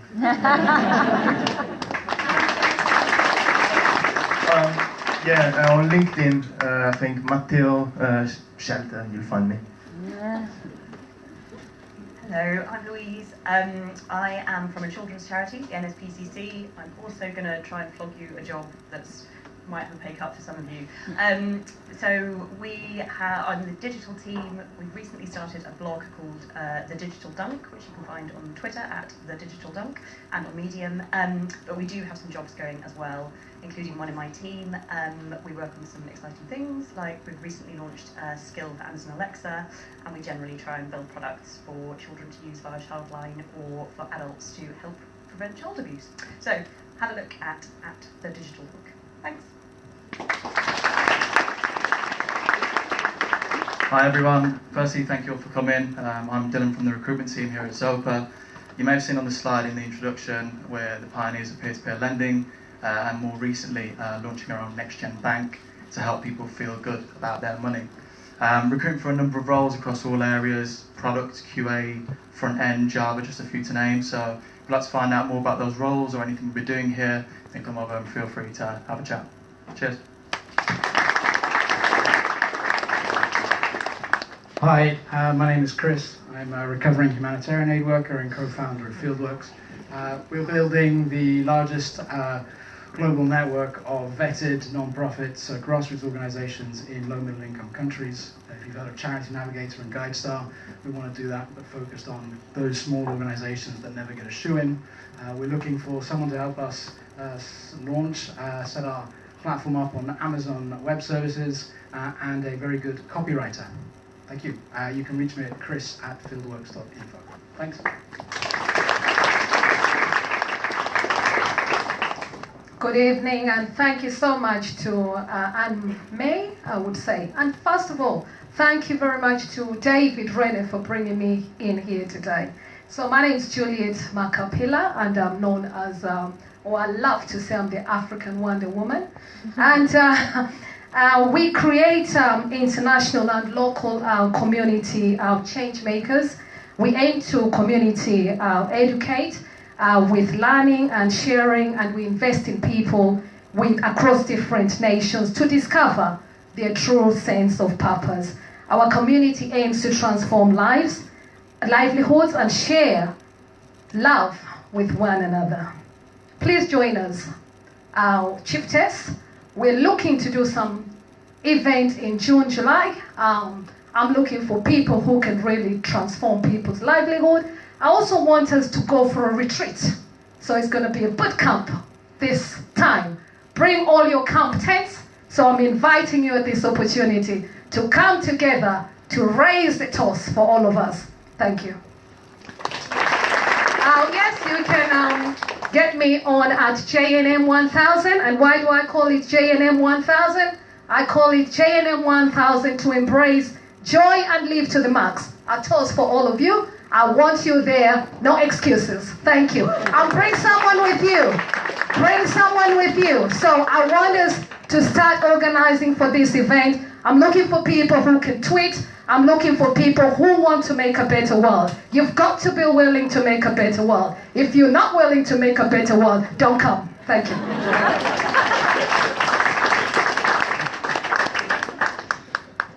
Hi, my name is Ariana, Ari for short. You can find me online as the photographer marketer. That's because my background is in marketing.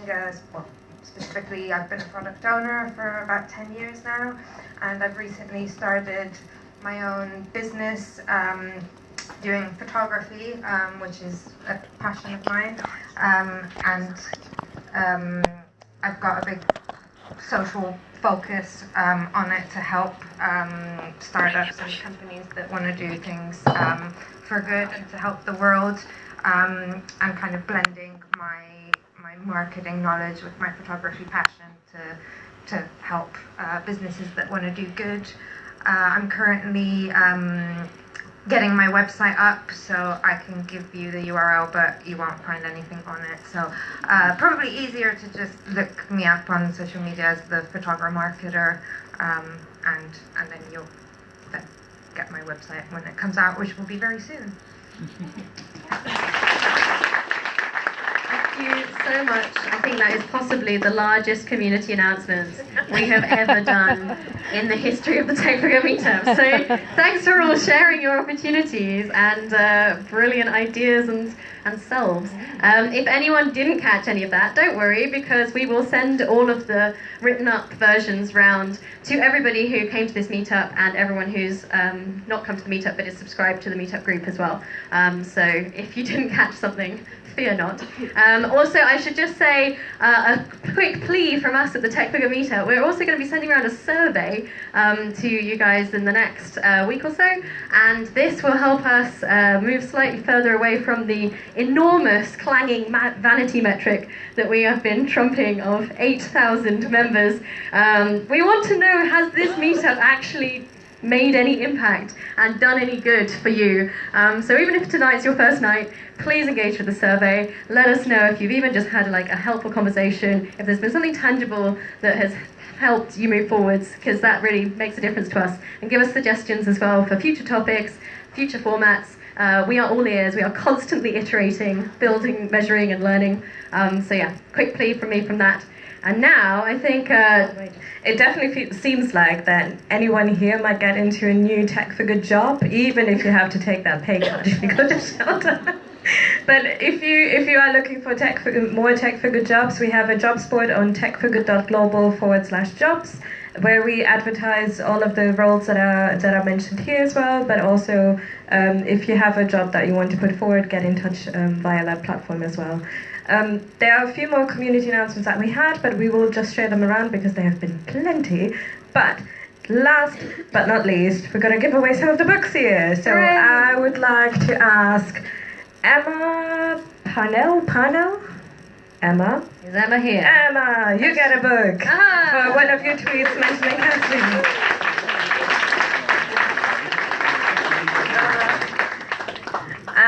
And now a trick question. Who wrote the Lean Startup? Eric. I can't tell who said it first. Who said it first? Yeah, there you go. The audacity, I love it. You just gotta go for it. I loved it. Thank you to David for bringing me here. Thank you. Get the book to him. Thank you. One more. Who knows what the acronym, because we all love acronyms in this world, for CAST actually stands for? Oh, over there. Excellent. Who was it? That was an unexpected test. There you go. I'm glad someone got it right. Who knows what B2B stands for? There you go. God, you didn't expect to have to think so quick at the end of the meetup, did you? You're just like, give me the wine. And who knows alcoholic wine. how many meetups we've done? How many meetups have we done? 8,000. No one's gonna know that. No one's gonna know that. 8,000. 8,000 meetups. Wow. 250. We said what? 58. 52. We got one. What do we have here? 42. It's somewhere around the 40s. We lose track. Yeah, we did an awful lot of meetups last year. This year we're going to be going back to once every other month. So stay tuned. Do take it. Next meetup is International Women's Day in March. We'll be collaborating with Mozilla for an actual afternoon meetup. So slightly different format. Hopefully you can all book your time off because it's totally worth it. And come and hear from some more amazing people. And thanks again to Zopa for hosting us, and especially Lizzie, who's been amazing. Thank you. Thanks for coming. Thank you.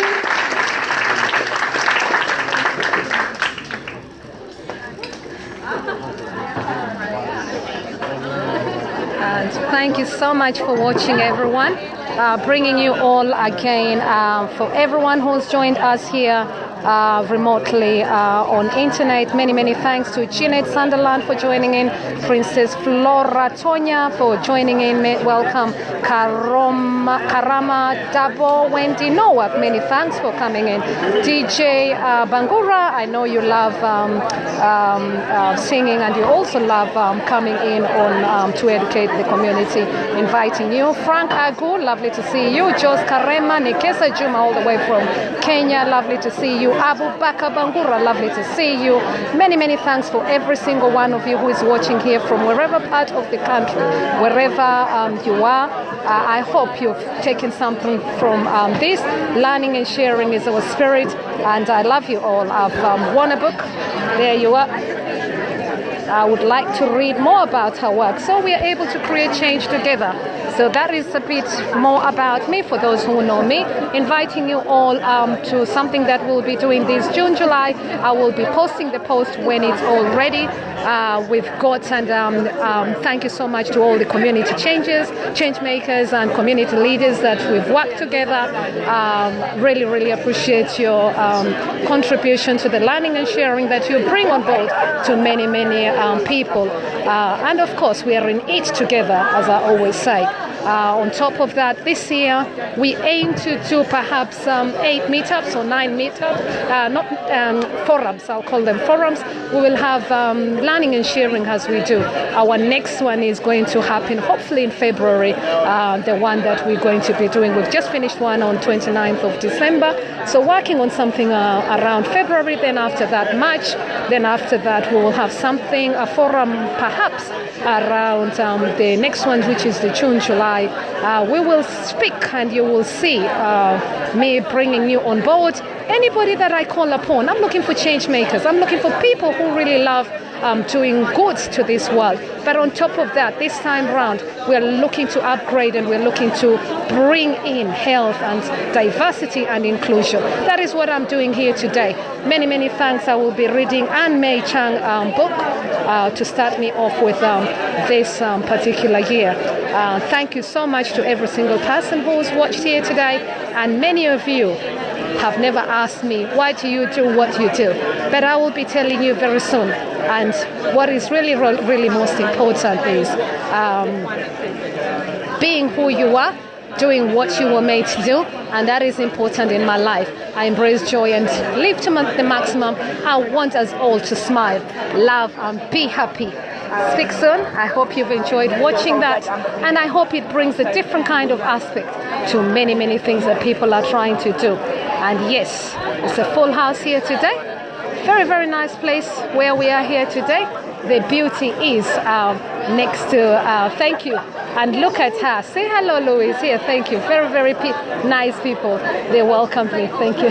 Yes. And I tell you what, the outside of where they work, this particular meetup was really, really good. I don't know if you can see there, but there's a very nice background out there. So the people who work in here really have a nice special place. But thanks to the host, and thank you so much to Tech Startup here.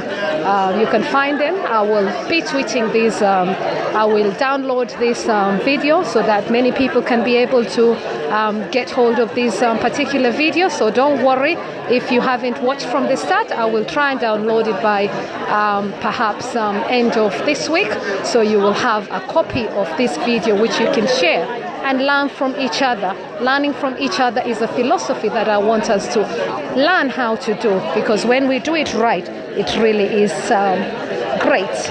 And it's never a mistake to meet someone. It is always important to remember that. Until then, it's a good night from me. Many, many thanks again. Duncan Okello, you've just joined us, and Kadiato Yaye, you've just joined us. Please share this video so that many people can also benefit. Please share it. And until then, it's a good night from me. Juliet Macapilla, follow me at JNM1000, at JNM1000. You can follow me again at JNM1000. Someone is asking for my telephone number. Yes, my telephone number is, if you're calling from Africa, is +44 77 423 84052. I repeat, +44 77 423 84052. In London is 077 423 84052. Also, you can email me, but the best thing for you to do, since you're watching, just give me an inbox and I will respond quicker. Or text me, because I do get quite a lot of text from WhatsApp, and sometimes I can't respond immediately, so you'll have to bear with me. Until then, good night. I hope you've enjoyed to watch. Be you, Live it in, embrace love, and pick up a book this year and read. In 4 months' time, tweet me and tell me which book you've read. Speak soon. Until then, at JNM1000, at JNM1000. Follow me at JNM1000. Juliet Makapila. Thank you.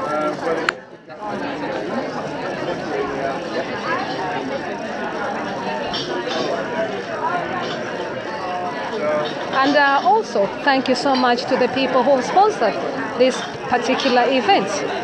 That is something we always forget sometimes to say, but you can see these people have come together. Many thanks for all those people over there. And in it together. Love you. Shake someone's hand and please do comment. Bring in your comments so I can share this. Bring in your comments because there is something that we're supposed to do tonight. If you enjoyed watching this, please put your comment in and you can be assured that I will definitely feed it back to them. So please bring in your feedbacks as well. Many, many thanks. And the next one is in March. Hopefully I'll be here. If I'm able to come in, then I will definitely hopefully bring you in. I hope you've been able to learn something. Learn and share is our motto. Juliet Makapila at JNM1000. See you later. Bye-bye.